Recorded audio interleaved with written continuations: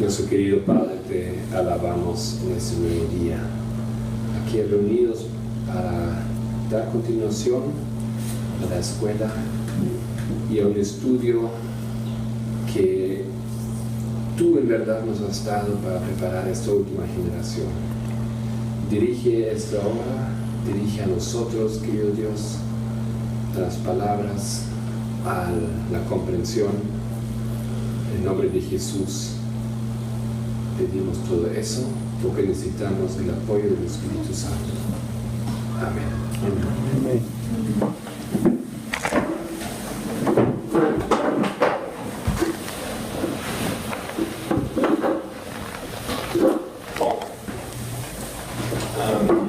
Acho que vai começar a série de explicações que eu vou fazer aqui em bastante espanhol. Depois de um tempo, vou mudar um pouco mais para português.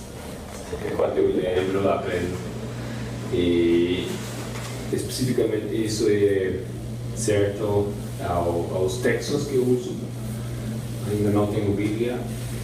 Em português nem tenho os textos de Ellen White e tudo isso assim. Mas vocês me ajudam, não? E acho que não tem problema de compreender espanhol. Ok, o tema que eu quero estudar com vocês é um tema, podemos titular, o último presidente. O último presidente. Esse tema é um tema que nós estamos estudando agora mesmo. É um tema novo, mas contém muitos elementos de estudos que já fizemos há muitos anos atrás.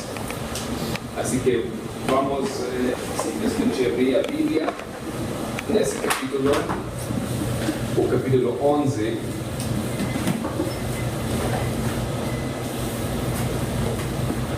Do Daniel. Daniel 11.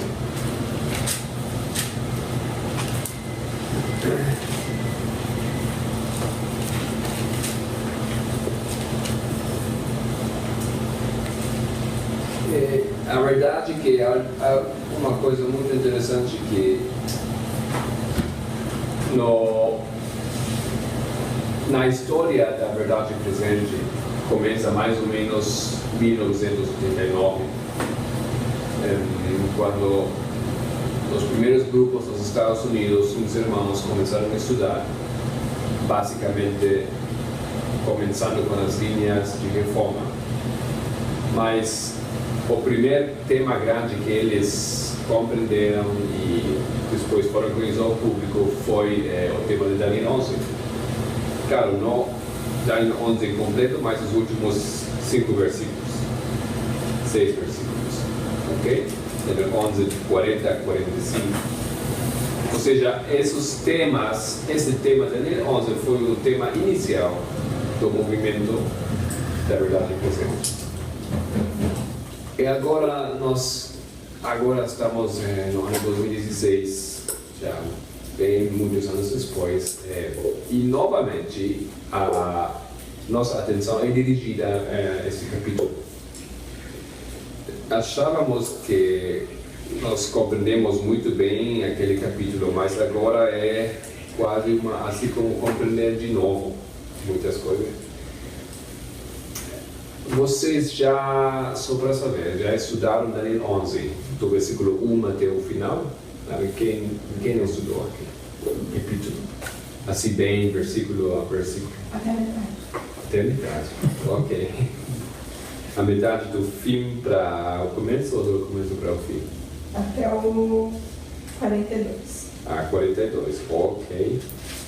Muito bom, vejo que quase ninguém estudou todo o capítulo bem na profundidade.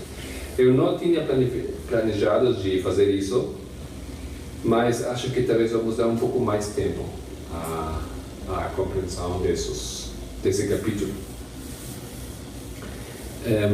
Nessa primeira hora, a ideia é de simplesmente compartilhar com vocês a lógica e a ideia dessa temática.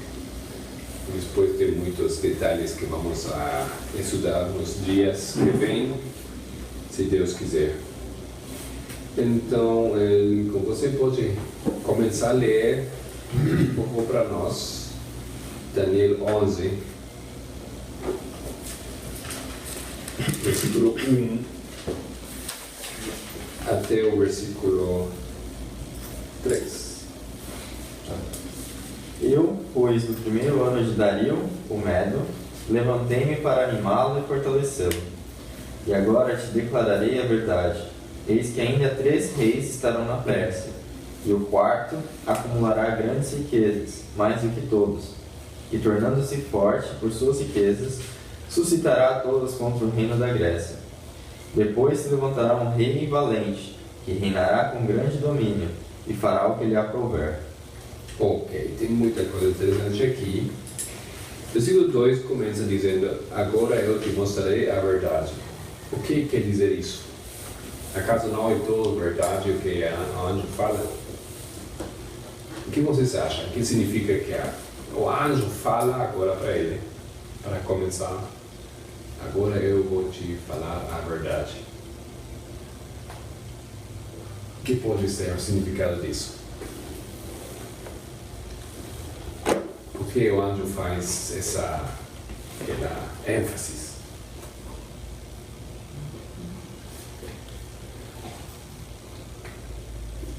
Obviamente, logicamente, ele sempre fala a verdade, não? E agora ele diz: agora eu vou te falar a verdade. Não sei. A referência ao verso 21 do capítulo 10. Ele fala da escritura da verdade e tem a mensagem profética referente a tudo no fim. Ok, você fala que é diferente a todo. Diferente é quê? Diferente? A verdade é diferente a quê? Não, o que eu estou dizendo é que ele está fazendo uma referência a essa verdade que está registrada na escritura da verdade aí, certo? Sim. Ok, isso é importante. Então, ele diz que agora ele vai usar ou explicar a escritura da verdade. O que quer dizer isso? Automaticamente das outras escrituras. Se tem alguma escritura que é a escritura da verdade, que dos outros?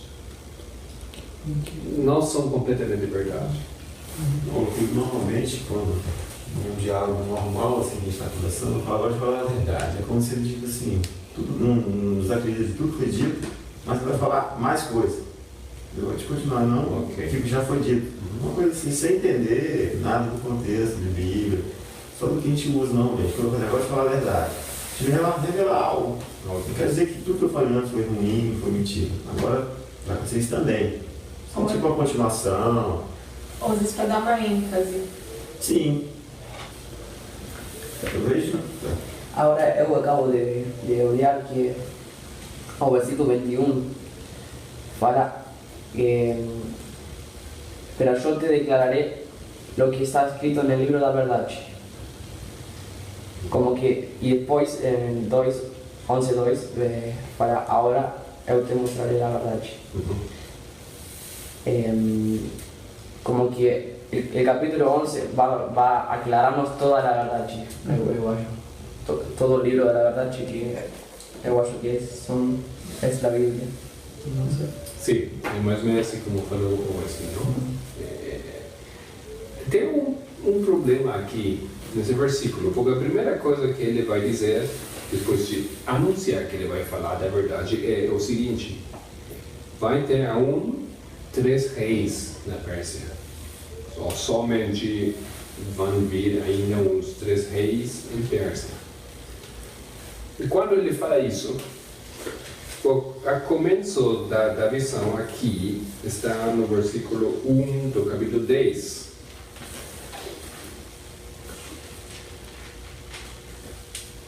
Dez, 11 e 12 é a mesma visão, é uma visão, é a última visão de Daniel. É importante de lembrar isso. O que ele fala em 11 é uma continuação do capítulo 10. E acaba no capítulo 12. Aqui, capítulo 10, versículo 1 diz: no ano terceiro de Ciro. Agora, ele está com Ciro. Estamos falando do rei Ciro. Nesse momento, ele exila a visão. No terceiro ano de Ciro, rei da Pérsia.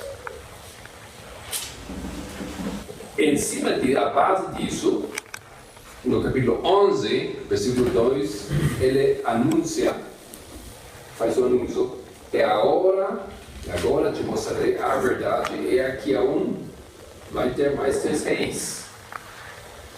E a lógica disso aqui é um problema.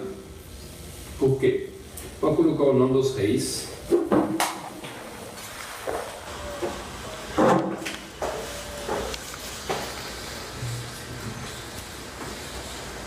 Não sei como vocês escrevem isso em português. S. Assim? Uhum. No Cambises, o segundo. E depois tem o falso. Assim vocês também escrevem. Uhum. Mas isso é um título, não título, é um sobrenome. Não é seu nome, esse nome foi Gautama.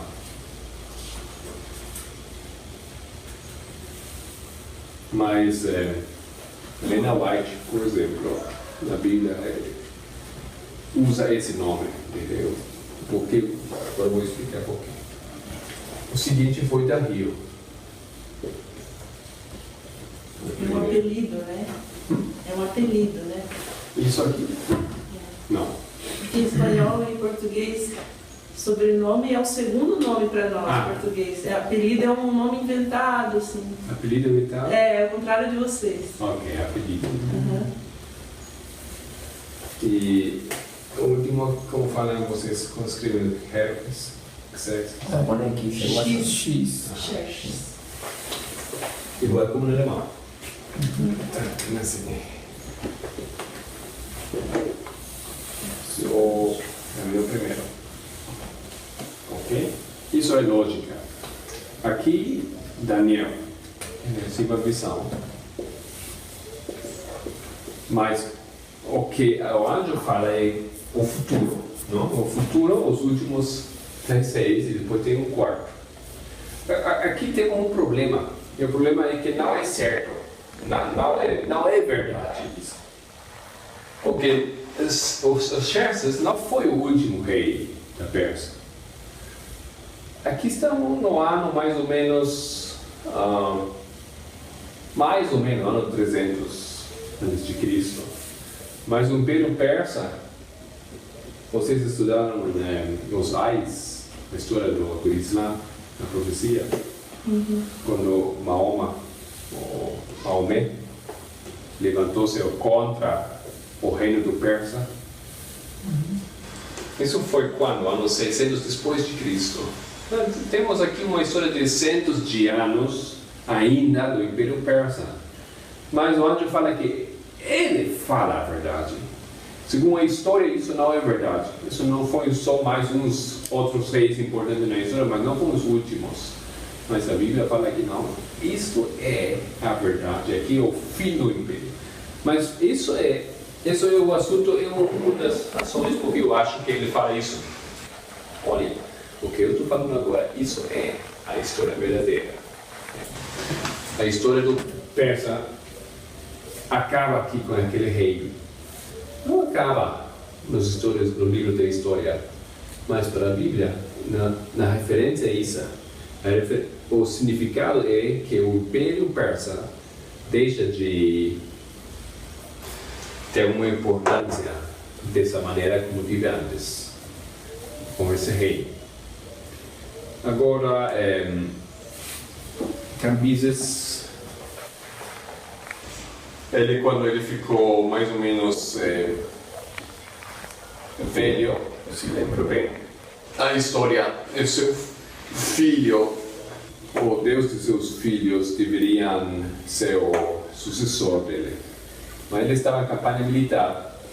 E nesse momento, aquele aqui, que foi como guarda-espaldas, guarda-espaldas, a tropa especial do rei, que protege o rei, não sei que guarda.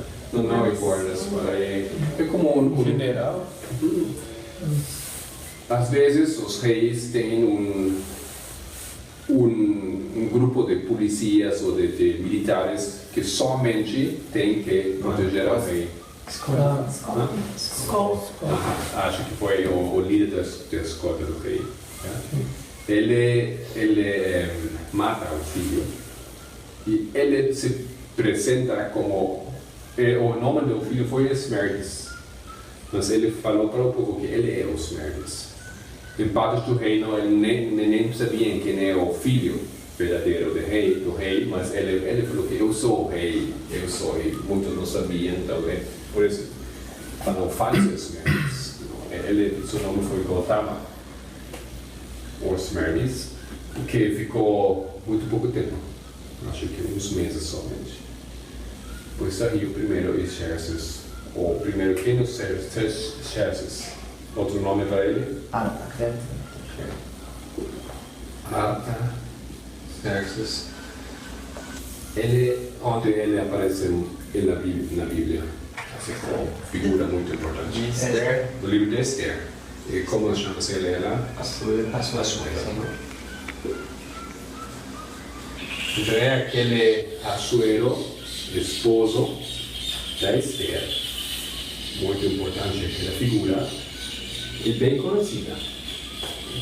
Aquele rei também dá uma referência aqui nessa apresentação da profecia do anjo, porque quando lemos novamente aqui, pode repetir, por favor, aquele versículo 2. E agora te declararei a verdade. Eis que ainda 3 reis estarão na Pérsia, e o quarto acumulará grandes riquezas, mais do que todos, e tornando-se forte por suas riquezas, suscitará a todos contra o reino da Grécia. Ok, tudo isso foi certo de aquele rei. Especialmente que ele se levantou contra o reino da Grécia. Aquele rei, foi que reuniu um exército muito grande. E é difícil de saber quantos soldados, mas tem muitos que acham que foi quase 1 milhão de soldados. Imagina isso. Um exército muito grande. Com esse exército, ele passou por a terra da Pérsia, entrando.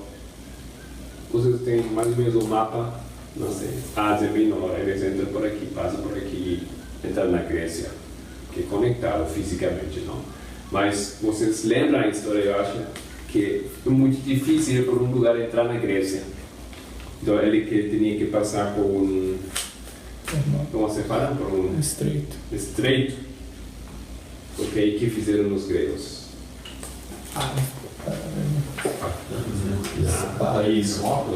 O rei Leonidas com os espartanos, ele bloqueou aquele estreito. Isso não é... Tem muita lenda nisso, mas é uma história verdadeira, não? Ele ficou aqui, ele fechou o estreito, e dessa maneira o exército pode ter 2 milhões, 3 milhões, não tem como, tem que passar sempre por aqui, mas é estreito. E nesse momento ele logrou de frear por bom tempo a entrada do exército, mas depois ele passou, ele entrou. Entrou por os Termopílas, mas o que aconteceu logo nesse intento de someter a Grécia? Falhou. Por quê? O que aconteceu? Perdeu a guerra. Perdeu a guerra, não? Perdeu a guerra. Ele conquistou Atenas. A Grécia naquele tempo não foi um reino, foi muitos pequenos reinos. Sim, Não? Cidade independente. Cidades ou Nós chamamos em português de cidade-estado. Cidade-estado. Cidade-estado. Atenas, mais conhecida provavelmente, tem Macedônia, tem Esparta, muitos mais, e eles não tinham uma aliança entre eles muito bem funcionando, não lograram de resistir isso aqui. Mas, por algumas manobras militares, eles sim lograram algumas vitórias importantes. A mais famosa, talvez, além disso, foi a batalha nos Salamis. Tem muito tempo atrás que se vê isso, não? Acho que foi na secundária, na escola. Vocês também estudam isso? Onde eles lograram de destruir da marinha, da frota, os navios dos persas, e assim ficou o seu intento de conquistar a igreja, ficou em nada. Ele tem que volver para a sua terra. Mas ele foi aquele rei que levantou tudo contra o reino de Grécia. Basicamente, ele levantou todo o seu império contra a Grécia, sem sucesso. Aqui tem luta. Salamis foi no ano 480 a.C. Ok? Estamos falando dessa altura no calendário.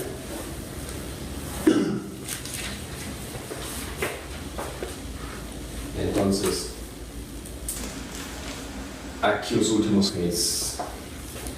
E a lógica do que o anjo aqui apresenta é que com esses reis termina o império, são os últimos reis.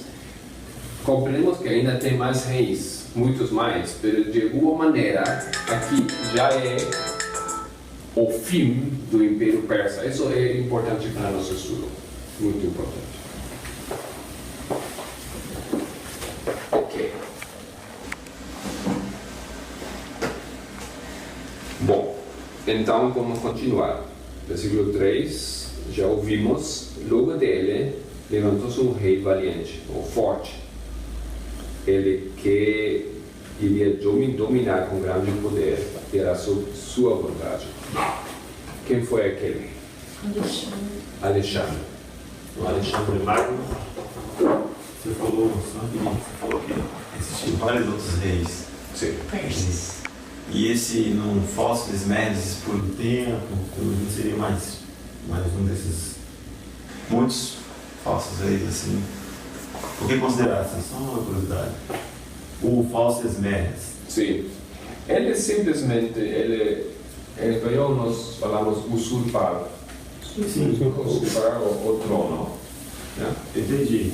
Aí você depois fala, entre esses vieram outros tantos falsos reis pequenos. Nessa história? Nessa ali, não. Não, aqui não. Aí não. E isso é uma sucessão de reis selhado. Não tem ninguém mais entre aqueles. Tá, e depois você falou que existe outros, mas não nessa aqui, sequência. Aí para lá, Sérgio, depois vocês falam Sérgio o primeiro.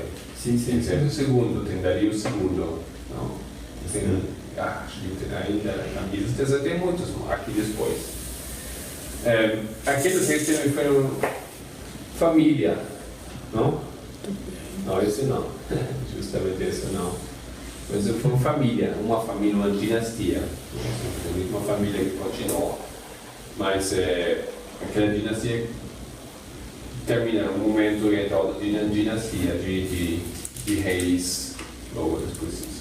Posso falar uma coisa que eu acho que também o anjo não conta mais reis depois, porque Pérsia deixou de ser um império grande como foi nesse tempo. Depois foi um reino, mas não um império, sino que, como fala aí, um rei valiente, Alexandre, se levantou e era o imperador do mundo nesse momento. Isso.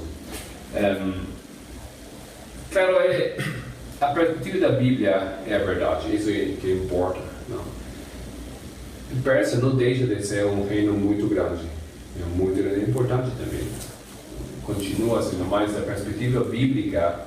Aqui temos uma coisa que ainda não falamos disso, porque a Bíblia ainda não mencionou isso, mas vocês já sabem mais ou menos. O tema do capítulo 11 é a luta de dois reis, o rei do norte e o rei do sul. Isso é uma lógica que é estrutural do capítulo 11. E aquele título do rei do norte, nessa altura, é levado por Pérsia. Mas depois dos Xerxes, o título passa por Alexandre Magno. Ele vai ser o seguinte rei do norte. Ok? Também tem esse assunto aqui, nesse capítulo. Acho mais ou menos assim o que falou Matias. Bom, continuamos aqui com o texto.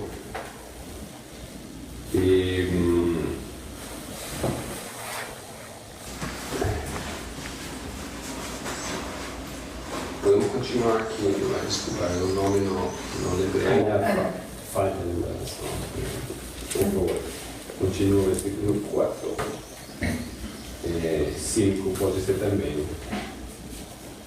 Mas estando ele em pé, o seu reino será quebrado, e será repartido para os 4 ventos do céu, mas não para a sua posteridade, nem tampouco segundo o seu domínio com que reinou, porque o seu reino será arrancado, e passará a outros que não eles.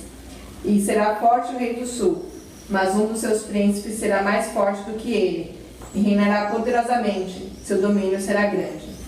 Ok.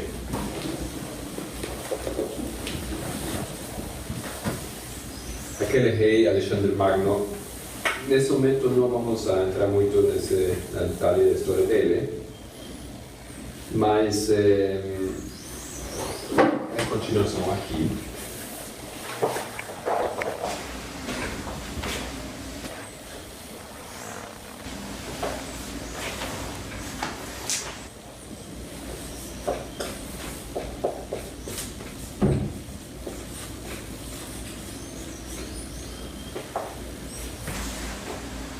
Alexandre Magno. Aquele também foi chamado Magno. Xerxes Magno. Acho que todos aqui, ele também, Cambises Magno, Dario Magno, Xerxes Magno, foram reis grandes na história da Pérsia. Alexandre Magno, Grécia. E só isso agora para falar do Daniel 11. No primeiro nível da interpretação dessa profecia, você sabe que profecias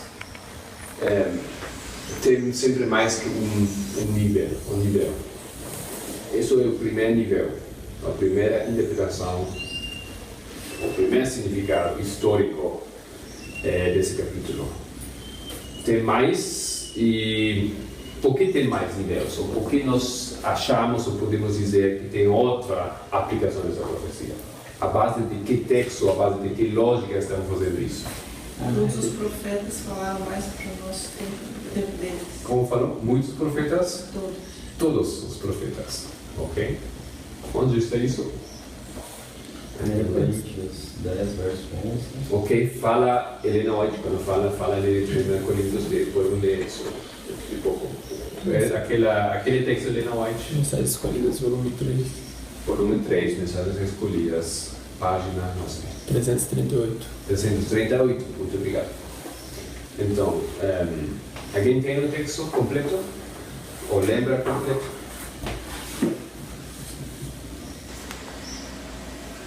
Que só aqui em espanhol. Cada uno de los profetas antiguos habló menos para su propio tiempo que para el nuestro, de manera que sus profecías son válidas para nosotros.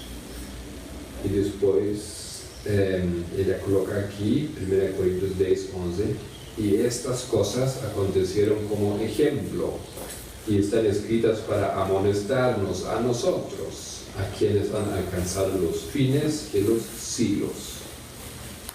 1 de Pedro 1:12, a estos se les reveló que no para sí mismos, sino para nosotros. Y continúa, siguiente párrafo, la Biblia ha acumulado sus tesoros para esta última generación. Todos los grandes eventos y las solemnes transacciones de la historia del Antiguo Testamento han sido repetidas y se están repitiendo en la iglesia de estos últimos días. ¿Ok? Entonces, aquella lógica fundamental para comprender.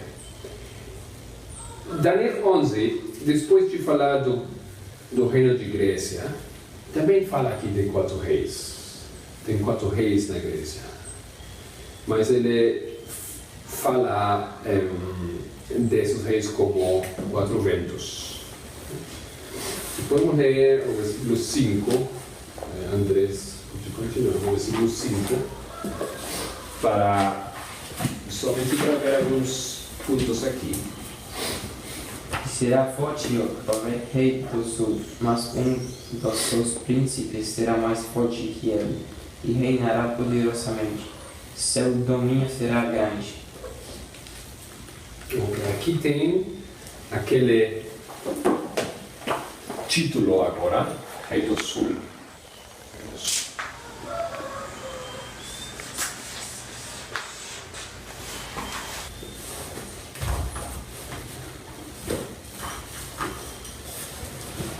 O Império do Alexandre foi dividido, após a sua morte, em 4. Diferente. Alexandre, ele teve filho ou não teve filho? Não, teve. Teve ou não teve?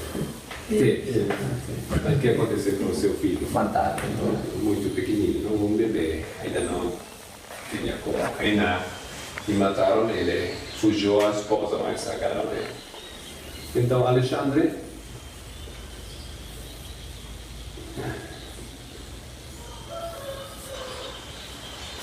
em 4 gerais, ou 4 ventos.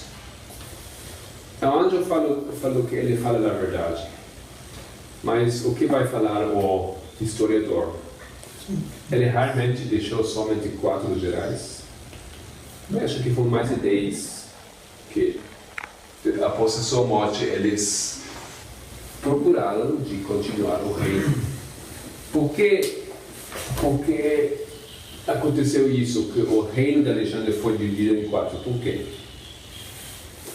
Alexandre assignou 4 gerais? Ou como aconteceu isso? Eles guerrearam entre si para possuir um domínio sobre, assim, o que Alexandre ele deixou do Império. E conforme foram conquistando cada área, tinham se dividido em 4 partes. Foi basicamente uma guerra entre os gerais. Por que eles fizeram isso? E por que não tem um homem forte? Ou como foi o assunto? Qual é a base daquela luta entre os amigos? Gerais foi uma luta, um acordo. Foi mais uma luta, um acordo. Que eram os principais generais dele, né? Luta. Uma luta mesmo, assim, chegando. Vários morreram nessa história, disputa. Okay? Alexandre, quando a lenda fala que Alexandre, quando eles perguntaram para ele, morrendo, quem vai ser o sucessor de você, que falou Alexandre? O mais forte de vocês. Ele deixou aquela semente de guerra entre os seus generais. E muitos deles foram amigos dele desde a infância, desde pequeno. E junto com eles foram para todo o mundo para conquistar amigos, lutando lado a lado. Mas naquele momento agora, tudo mudou. E eles se tornaram inimigos. E ficaram 4. Vocês lembram os nomes deles? Ptolomeu, Seleu. Ok. Vocês escrevem com P-T? PT. Yeah. Com Ptolomeu. Elio. Elio. Ptolomeu. Ah, é. Ptolomeu.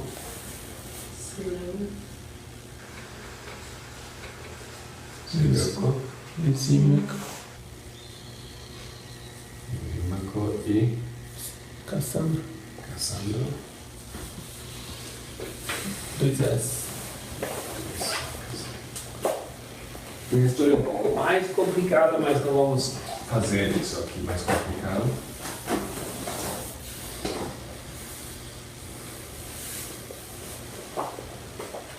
Mas depois de morrer vários outros aqui, finalmente ficaram esses quatro. Esses quatro edificaram dinastias. Qual foi a última dinastia de desaparecer na história? Seleuco. Não. Ptolomeu. Os Ptolomeus. Esse aqui não lembro quem, mas isso não ficaram muito tempo. E quem ele é o rei do sul? Ptolomeu. Por que ele é o rei do sul? Porque ele obtuvo Egito. Ele como? Obtuvo, tinha Egito. Ah, Egito. Sim, é assim, não? Ao sul dele. É porque Egito é no sul, o ponto de referência é sempre Jerusalém, É sim. não? E ficando ao sul, Egito, é com PT ou é? Só, Sucesso. E no norte, Pérsia. Aqui temos outro rei da Pérsia. Não? A família de Seleucidas, eles ficaram com o reino da Pérsia. Eles foram reis da Pérsia. Okay? Antes, aqueles foram os reis da Pérsia. Depois eles continuaram a ser uma dinastia por muito tempo dos reis desse império persa. Ok. Então agora a Bíblia introduz essa história, a luta, a história, os detalhes das guerras entre aqueles poderes, aqueles reis. Você tem um término para aquela fase dos impérios, porque os Ptolomeus, quando Ptolomeu, o primeiro, morreu, continuaram os seus filhos e filhos e filhos. E muito tempo depois aqui continua a família, igual em todos esses casos, mas não sei como em português.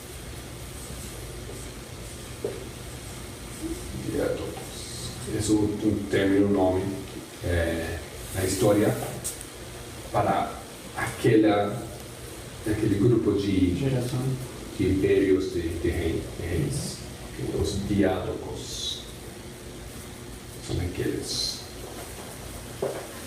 eles e suas famílias. Muito bom. Então, aqui o rei do sul, um pouco mais embaixo, você vai ver versículo 8, eu acho, no versículo 7. Quem tinha lido, o Matias, você pode ler versículo 7. Mas, do renovo das suas raízes, se levantará em seu lugar. Ele virá como exército e entrará nas fortalezas do rei do norte. E operará contra elas e prevalecerá. Não sei ainda se nós deveríamos entrar nessa história. Talvez vamos ver depois para explicar isso, mas só para dar um exemplo, aquele rei, o renovo das suas raízes, foi o Ptolomeu III. Como se ia falando daquele. Em poucos versículos a Bíblia aqui salta muita história, muitos anos, está muito avançado, está muito Ptolomeu III, já aquele. A Bíblia fala dele como uma pessoa.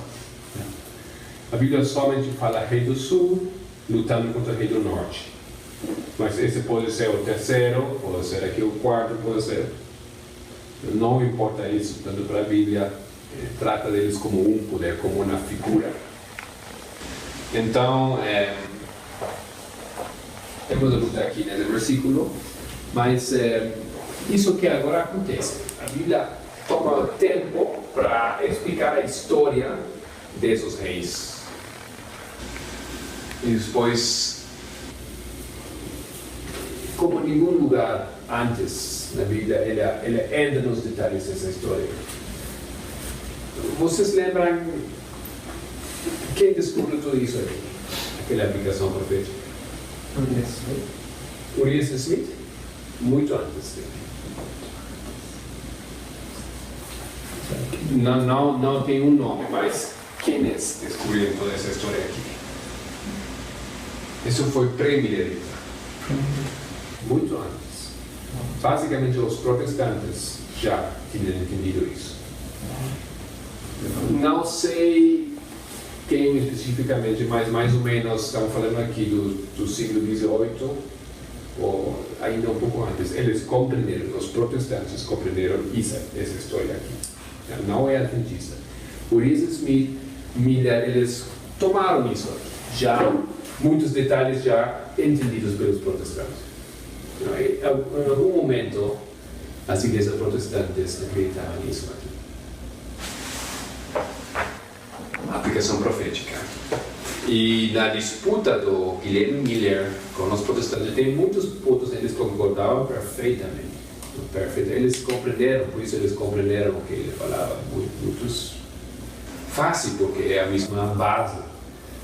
E a base histórica, a interpretação histórica dos eventos foi já colocado antes dele.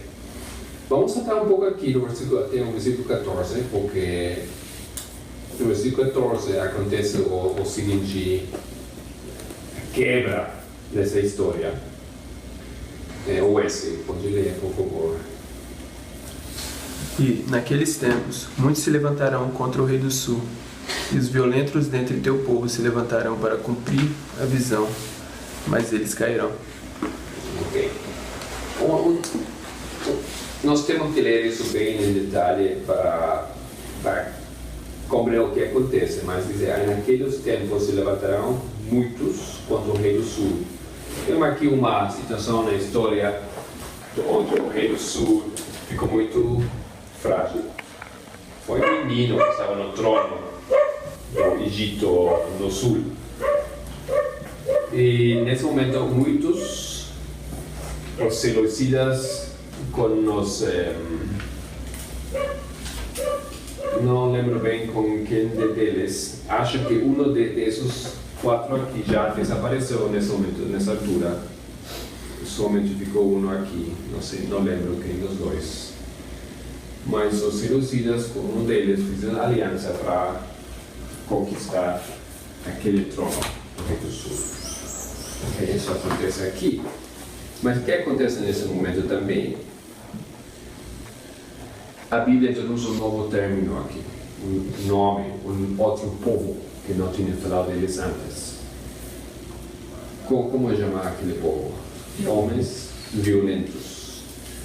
Ou aqui em espanhol, homens turbulentos. Como é em inglês? Alguém lembra? Robbers of that people. The robbers of that people. Aqui tem essa altura dessa história aqui. A Bíblia coloca um novo poder, o robbers. O que significa robbers of that people? Libertadores. Aha. Ladrões. Quem é aquela potência, poder que vai entrar aqui? Porque depois fala aqui. Pode continuar, por favor? Versículo 15 e 16.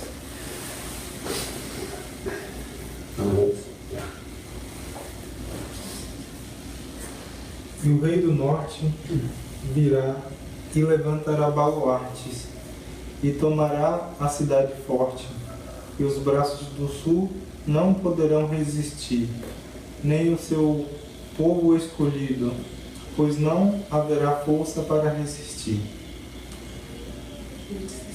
16 também, por favor. O que, pois, há de vir contra ele para segundo a sua vontade?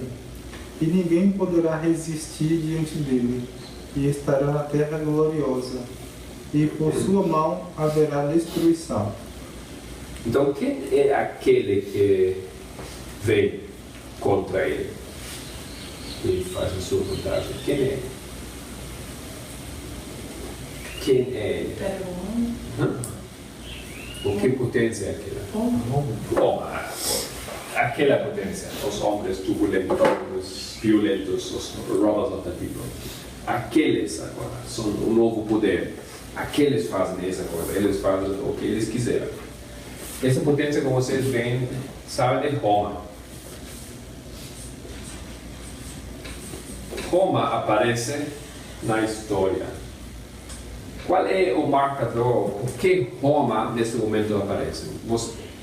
Roma existia como império ou não existia já nessa altura? Existia. Nada existia. Não sei se a linha ajuda, mas é um pouco difícil aqui, uma linha cronológica, não? Estamos aqui falando, quase chegando ao fim, existem aqueles reinos aqui. Um dos dois também existia, que eu acho que um dos quatro já tinha desaparecido do mapa. Mas nessa altura, entra Roma. E tem uma luta entre aqueles. É mais ou menos assim, não? Porque o foco, a luz do cenário está em cima do rei do sul e rei do norte. A Bíblia fala de eles. A história é em torno de eles. Eles são que governam o mundo, basicamente, o mundo bíblico nessa altura. Mas agora entra um novo poder que a Bíblia não conhecia antes. Não fala dessa potência antes. Mas essa potência já existia há muito tempo. Quando existe o Estado, a nação de Roma, dos romanos, mais ou menos?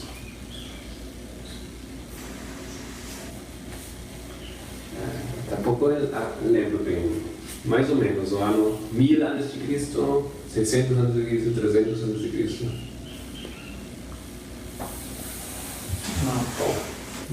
Vamos colocar umas tarefas depois para investigar. Yeah? Já existia pelo menos uns 100 anos aqui antes. Não? Antes desse momento, Roma existia, estava bem forte já, bem estabelecido. Entra ele aqui já com muita potência, mas a luz da história bíblica não ficou acima deles. Somente agora a luz vem sobre ele. Por quê? Nesse momento, o que acontece? O que fazem eles? Lemos novamente o versículo 16. E ele vendrá contra ele, e ele que vendrá contra ele hará sua vontade. E não haverá quem se lhe pode enfrentar. E estará onde?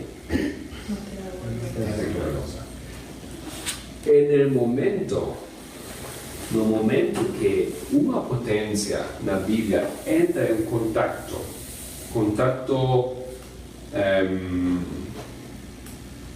bélico, contato decisivo com o povo de Deus, a Bíblia começa a falar dessa potência, ou desse poder, ou desse rei. Ele entra na história do povo, porque isso é o povo de Deus.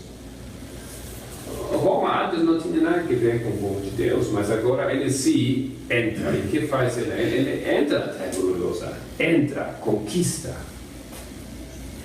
E a pessoa que foi isso, lembram quem foi? Pompeio. Vou sacar isso aqui. Agora começa uma outra história. Agora começa a história de Roma.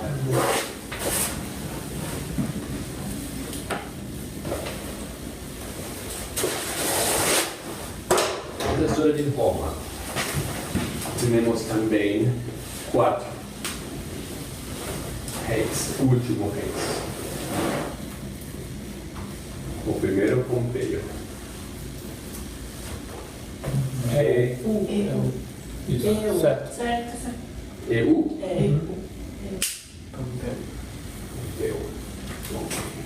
Pompeu foi. Que foi ele? que foi sua posição? Foi um rei? Ou um César? O que foi? César. Aqui. Ele foi general. Primeiro general. Mas a Bíblia apresenta ele como personagem aqui, como quase como um rei. Ele entra na terra gloriosa. Mas ele faz outra coisa também. Fala aqui que ele vendrá contra ele. Ele vendrá contra quem?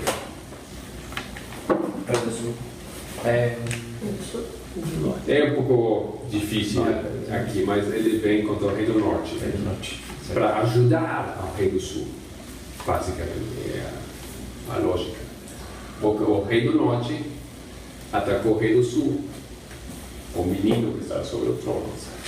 Roma entra na história para colocar uma estabilidade nesse momento, e ele ajuda o rei do sul. Ele atua como protetor, não, protege o rei do sul. Então, o que ele faz basicamente é finalizar com o rei do norte. Estamos falando que há diferentes momentos na história, mas eu acho que isso é a data que deveríamos colocar aqui no ano 65 a.C. Então, ele acaba com a potência dos seleucidas, do rei do norte. E quando o rei do norte é conquistado, quem recebe a coroa? O conquistador. E como o conquistador não tinha título ainda, então ele fica com a coroa do rei do norte. Ok? É o novo rei do norte. Nesse momento. Mas ele também vai contra a terra gloriosa. No ano 63 a.C., o Pompeu, o que ele faz é a primeira conquista de Jerusalém. Bom, Alexandre, ele conquistou Jerusalém, ou não conquistou Jerusalém? Ele tem algo a ver com os israelitas, sim ou não? Sim?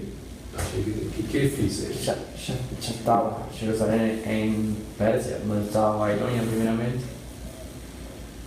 Já estava em domínio dos persas.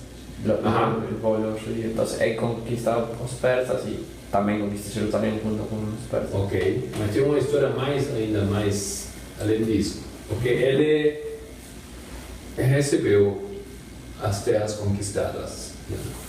Porque ele recebeu o reino do Israel. Ok, mas ele vai para Jerusalém. Alexandre vai para Jerusalém. Ele vai pronto para conquistar, para lutar.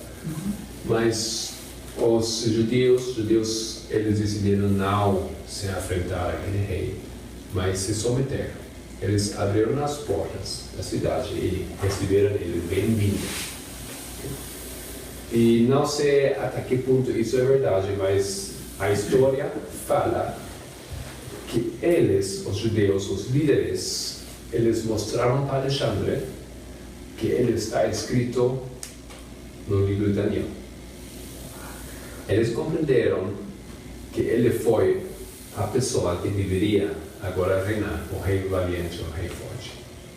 E eles mostraram a profecia para ele. Então, Alexandre, ele tomou isso como uma outra sinal, que ele achava que ele era quem? Era um ser humano ou era um deus? Ele tinha uma ideia que era como semideus, não? Que era invencível. Porque realmente ninguém podia matar ele.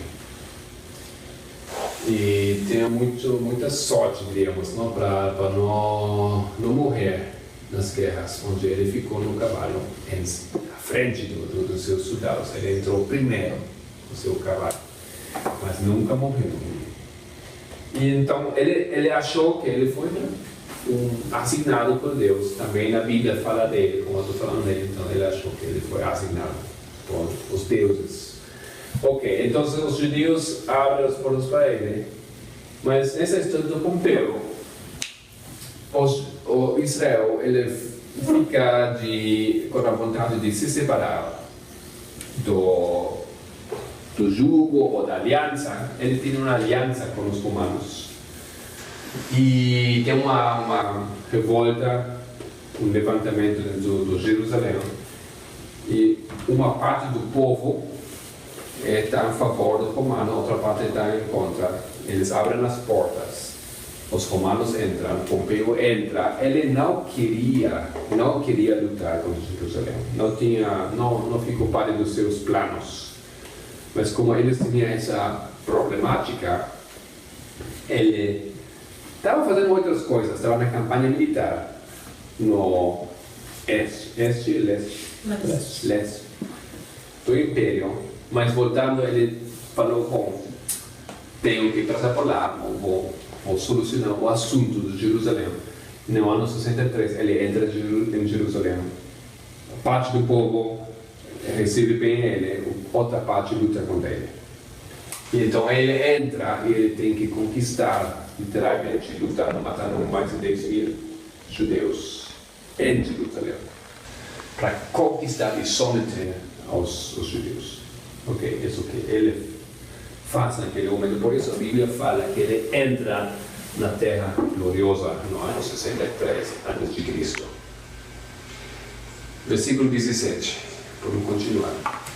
Temos tempo até 8? E dirigirá o seu rosto para vir com a potência de todo o seu reino, e com ele os retos. Assim ele fará, e lhe dará uma filha das mulheres para corrompê-la. Ela, porém, não subsistirá, nem será para ele. Ok, e quem foi esse? Esse também foi Pompeu que fez isso? Não. Você que já estudou, versículo 20, 42, pode nos ajudar? Quem foi aquele? Afirmará logo seu rosto para vir com o poder do seu reino. Quem foi aquele que deu a filha Augusto das César. mulheres? Augusto César. Só fica com a segunda parte do nome. Só César. César. Júlio César. Júlio César, esse. Aquele seguinte aqui é Július. Não sei, talvez colocar os nomes completos. Caius, Július, César.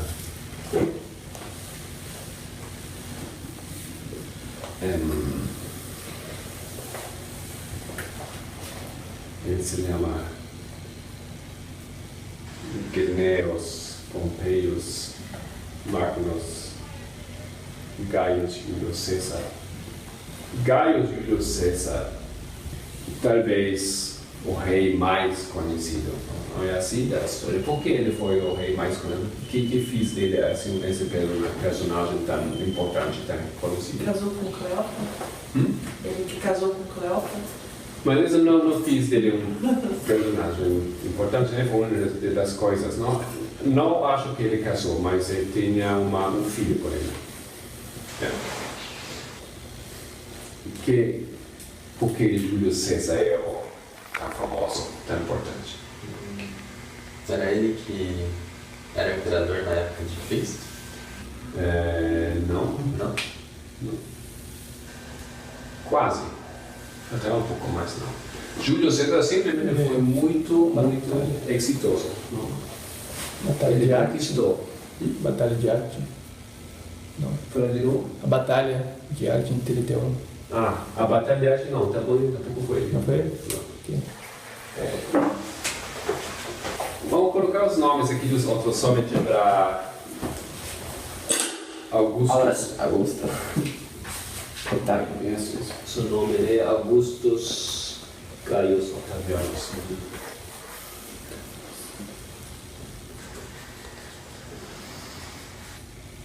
É assim o nome latino, não sei como dizemos em português, mas às vezes vocês ouvem Augustus Octavianus ou Octavianus somente é essa pessoa. Gneus Pompeius, ele não foi César, não existia ainda, ele não foi rei, não. Mas ele sim, aqui, César, Júlio César, Augustus Gaius Octavianus, César, também, depois, esse é como um título, os Césares, e Tiberius Claudius, Neron também, Nero. Não foi aquele outro Nero que depois que queimou Roma, possivelmente. Ok. Isso aqui também similar como essa história. Isso foram famílias. Essa família dos Julianos. Ele foi também convertido em Juliano porque foi adotado por Júlio César. Mas ok. Júlio César simplesmente, por muitos assuntos, ele ficou assim muito importante, porque ele conquistou. Ele conquistou muito. Com seu reino, no seu tempo, o Império Romano foi expandido de todos os lados, para o norte, para todos os lados. Ele ficou muito exitoso, ele tinha muitas conquistas, muitas vitórias. E ok, mas ainda nesse momento o Roma é uma república. Ainda aqui, até o Augusto César, Roma é república.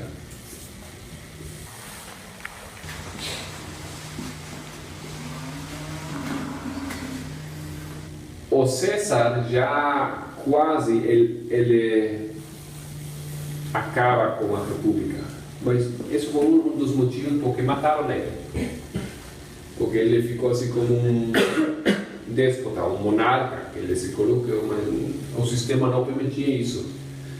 Esse foi um dos motivos por que mataram ele. Sendo república, agora com Augustus, Roma se torna uma monarquia, um império, ok? E a tradição é como a famosa batalha de Actium, no ano 31 a.C. Aquela batalha foi um ponto de inflexão, ponto de virada para a história de Roma. E Roma, nesse momento, passa de república a monarquia.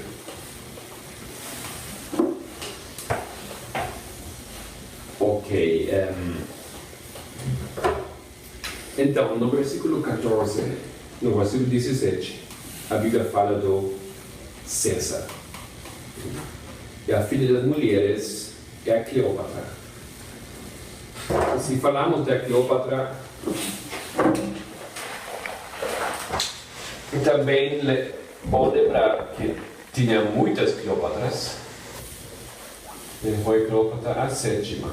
Essa é a famosa Cleópatra, com as películas, a história, fala de Cleópatra. Cleópatra é aquela Cleópatra, a sétima. Tinha 18 anos quando ele entra em relações políticas, sentimentais com ela. Ok. Bom, somente para saltar um pouco aqui aos pontos que precisamos para a lógica desse estudo. O seguinte é no versículo 20. Pode ver, por favor. Da seguinte pessoa.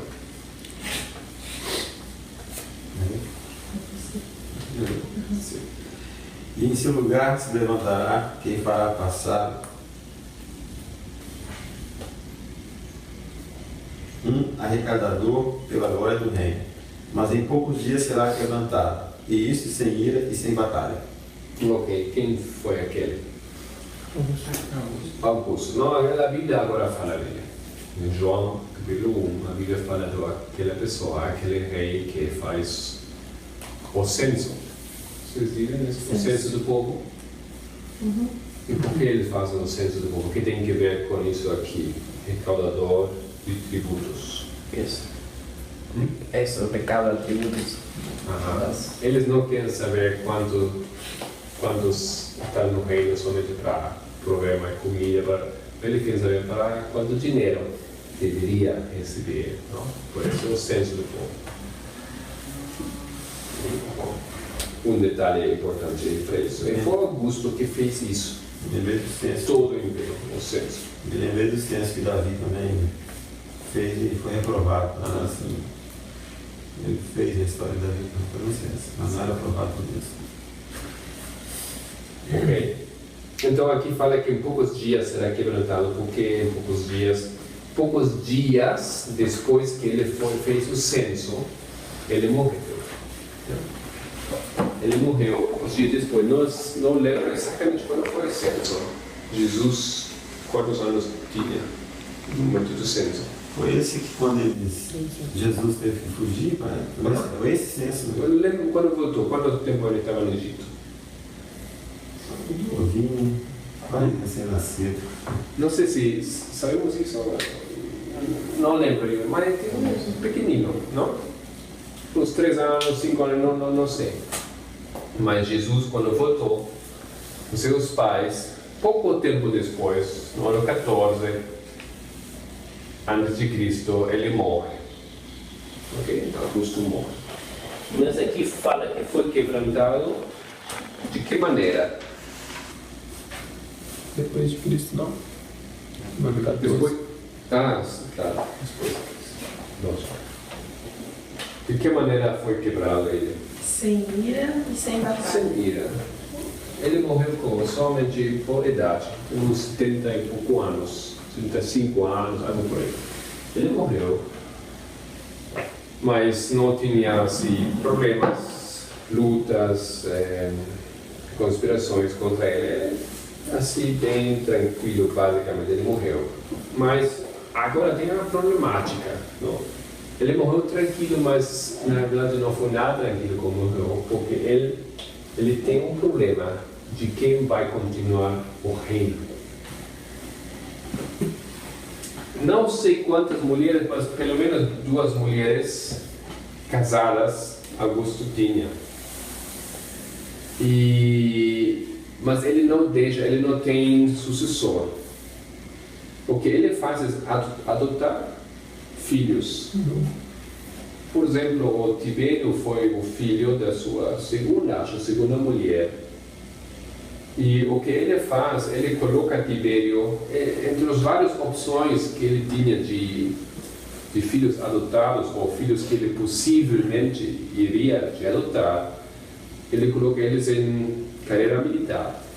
E ele dirige, ele quer formar aquelas pessoas. Ele forma Tibério. Mas uma das coisas que ele faz com ele manda a Tibério de se divorciar com sua mulher e casar com outra. Ele queria que ele case outra mulher, com assuntos políticos.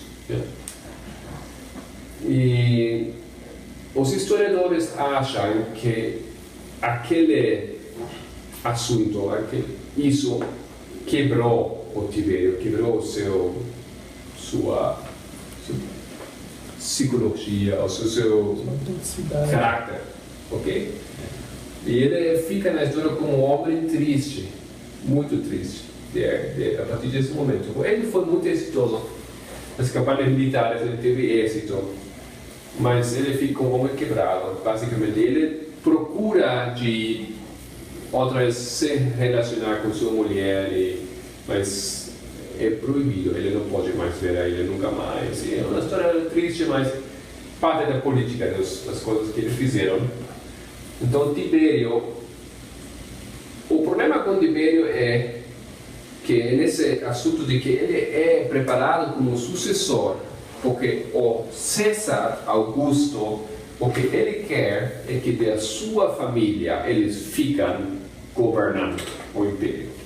Mas como ele não tinha filhos, não tinha com quem, ele coloca uns possíveis filhos adotivos, mas eles morrem em batalhas. E o que fica é somente a única opção para ele é Tibério. ele por um momento ele gosta que ele seria o sucessor, mas o Tibério, o que ele faz ele fuge para uma ilha, eu acho. Ele deixa todos os cargos, ele vai para fora, não quer saber mais nada disso. Mas nesse momento, quando ele vai e deixa tudo, ele quebra basicamente todas as possibilidades que ele seja o sucessor dele.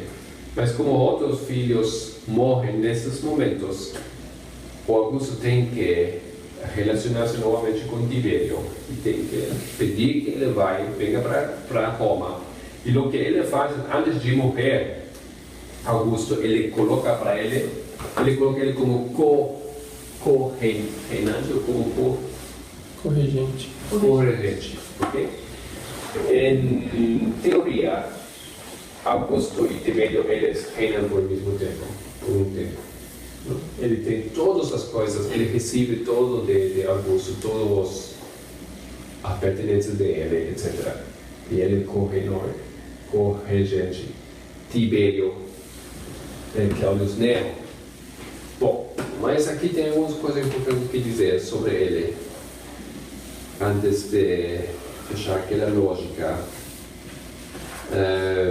versículo 22, novamente, vou continuar aqui, por favor. E com os braços de uma inundação serão varridos de diante dele, e serão quebrantados, como também o príncipe da aliança. Quem foi o príncipe da aliança? Jesus. Aqui então, temos Jesus.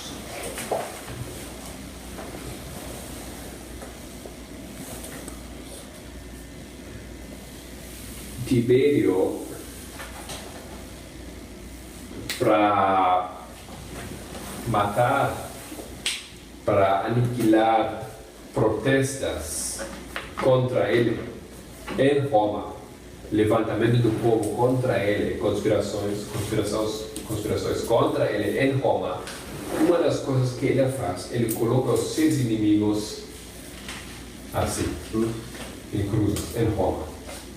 Tinha muitos cruzes com seus inimigos, com pessoas que se iam contra ele em Roma. Então foi uma técnica muito usada por Tibério. Quase podemos dizer se fez um pouco popular fazer isso.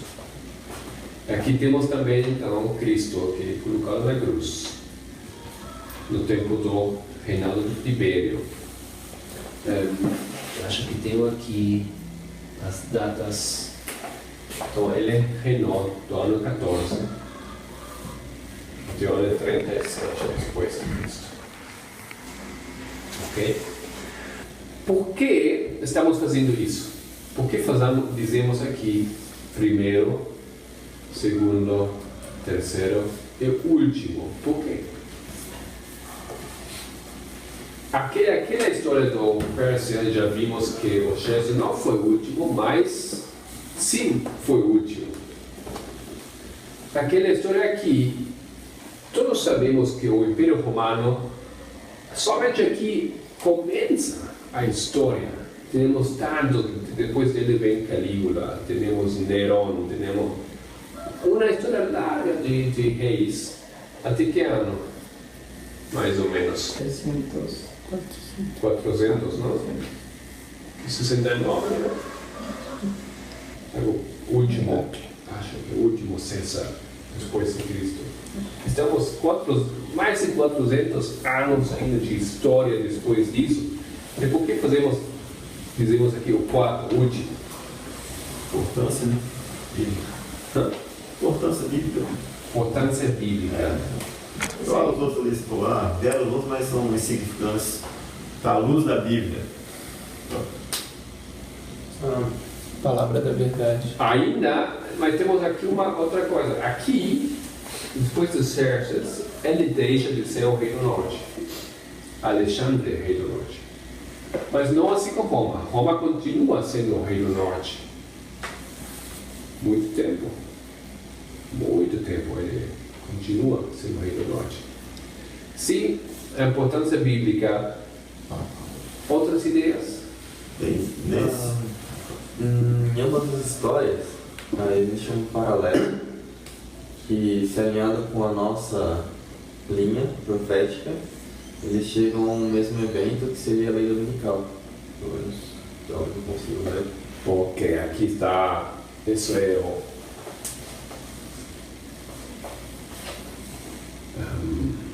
o fundamento para nossa lógica. Porque nós não fazemos isso aqui, só pegamos figuras e encaixamos isso numa história e faz sentido. Não, tem uma estrutura. A estrutura sempre é uma estrutura de como estudar a Bíblia. Essa estrutura vocês já estudam também, não? Acho que é com você. Estuda Isaías 28, linha sobre linha. As linhas de reforma, as linhas paralelas. Então temos aqui essa lógica. O tempo do fim. E aquela lógica, aquela linha termina com a lei dominical. Simbólica ou verdadeira. E tem vários eventos, tem três, basicamente. Três eventos, três mensagens angelicais, três passos.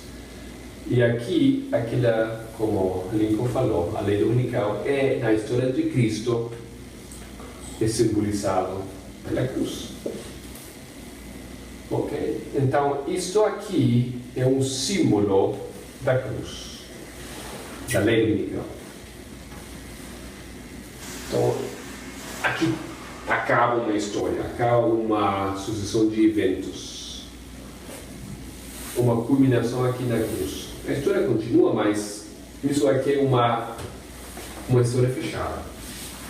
Isso nunca temos visto antes, assim, bem... É lógico, sabíamos que aquele rei Tibério baixo seu reino, Cristo colocou na cruz, mas aquela lógica de distinguir e separar quatro reis, não reis, mas quatro, podemos dizer reis, ok? Líderes do povo, é algo novo para nós, de compreender de ver isso dessa maneira. E dessa maneira nós temos algo estabelecido aqui. O que falou a Bíblia sobre Roma, versículo 14? O que vai fazer esse povo? Cumprir a visão. Cumprir a visão. Ou também, como fala em inglês? Establish. O que significa establish? Estabelecer. Roma estabelece a visão. Roma não estabelece a visão porque é melhor, mais importante. Não, ele tem um rol que cumprir, uma função na história. Você coloca aqui como um âncora, não? E se você coloca em Roma isso, você sabe como funciona tudo. Essa é a lógica aqui. Roma estabelece essa lógica de 4 imperadores culminando na lei dominical, culminando na cruz. Isso é o que Roma faz. E com isso nós temos uma ideia de como funciona a visão, como é a estrutura que o anjo está apresentando para ele e para nós. Okay? Bom, então, fechando, vamos deixar, como eu falei, a ideia, o ponto ao qual nós queremos chegar nesse estudo. Cambises, Esmerdes, Falso, Dario, Xerxes. Aqui vai ser um pouco espaço, né? Vamos terminar.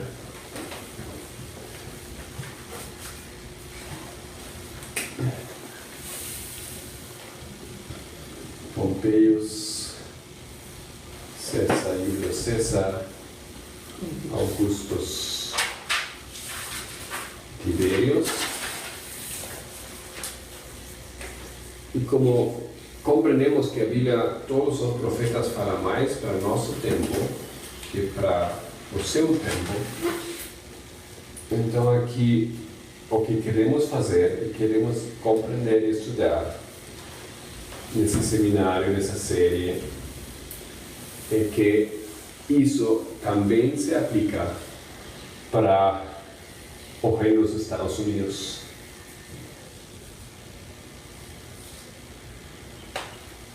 O último, futuro. O terceiro aqui é Obama. Antes de Obama, foi Bush. Bush Jr., Senior, não, Junior. E antes do Bush, Clinton. Bill Clinton. Ok? Não sabemos, nesse estudo não vamos a dizer, não queremos dizer ou predizer quem daqueles dois grandes candidatas, o Trump, ou seja, a Hillary Clinton, poderia ser o último. Não é importante isso para nós, o importante é que é o seguinte presidente, qualquer que seja, vai ser o último. Vai ser o último presidente da história dos Estados Unidos. Se vai ser Clinton, vai ser Clinton 2, não é certo? Não é assim? Se é Trump, também faria muito sentido que poderia ser ele. Pelas características dos outros quatro, não dá para. Pelas características dos outros quatro anteriores, Xerxes, Tibério, não dá para. Só para dar uma ideia, não? Sim. Uma das grandes características dele foi que ele foi desprezado. Desprezado, não? Desprezado. Igual Napoleão. Desprezado. Igual Napoleão. Não. Muito bom, mas não vamos adiantar. Sim, mas tem aqui uma problemática, não? Porque ele, o Trump, é desprezado por todos. Sim. Não. Se ele vai ser votado, a maioria não despreza ele. Não. Clinton é desprezado. E tem uma parte do povo se outra parte não. Temos aqui algumas características que aplicam para os dois. Acho que vários. Se você disse que ele foi muito rico, mais rico que os outros, Trump é muito rico? Sim. Mas Clinton? Também. Muito rico também. Nós achamos que não temos ideia, na verdade, de quanto dinheiro tem os Clintons.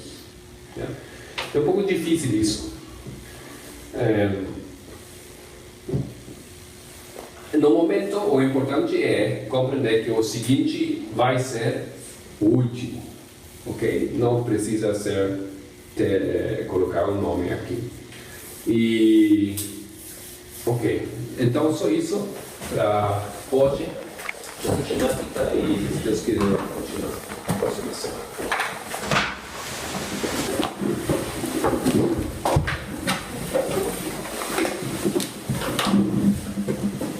Querido Pai nos Deus, obrigado pela manhã, obrigado por esse dia e a escola de profetas que aqui podemos ter, aqui em Brasil. Um projeto que muito tempo temos como uma ideia, como planos, e agora é uma realidade. Pequeno, frágil, mas com tua ajuda, Senhor, vamos colocar aqui algo que pode crescer muito e ser uma bênção. Obrigado por esse dia. Em nome de Jesus. Amém.